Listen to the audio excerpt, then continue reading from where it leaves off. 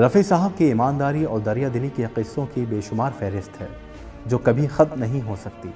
आज आपको रफ़ी साहब की ज़िंदगी से जुड़ा एक और क़िस्सा सुनाएंगे जो उनकी अजीम शख्सियत को बयां करेगा।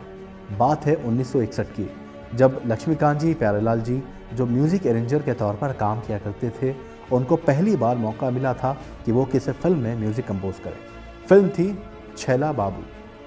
हालांकि इस फिल्म पर काम 1961 में शुरू हुआ था, लेकिन ये फिल्म 6 साल बाद रिलीज़ हुई थी।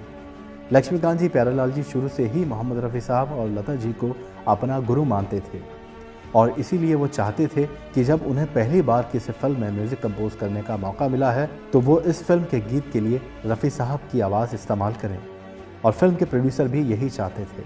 लक्ष्मीकांत जी प्यारेलाल जी ये भी जानते थे कि प्रोड्यूसर उन्हें उतने पैसे नहीं दे रहे हैं जितनी रफ़ी साहब की फ़ीस है। उस वक्त मोहम्मद रफ़ी साहब की फ़ीस एक गाने की तकरीबन 5,000 रुपये थी। लक्ष्मीकांत जी प्यारेलाल जी छैला बाबू के लिए रफ़ी साहब से एक गज़ल रिकॉर्ड करवाना चाहते थे। लक्ष्मीकांत जी प्यारेलाल जी रफ़ी साहब के पास पहुँचे और अपनी पैसों की परेशानी उन्हें बताई। रफ़ी साहब ने लक्ष्मीकांत जी प्यारेलाल जी की बात सुनी और उनका दिल पिघल गया। उन्होंने कहा, मैं तुम्हारे लिए यह गज़ल रिकॉर्ड कर दूंगा।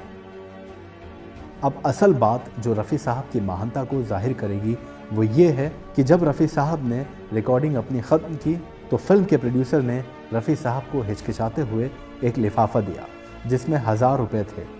रफ़ी साहब की आदत थी कि वो कभी भी लिफाफा खोलकर नहीं देखते थे कि कितने पैसे मिले हैं।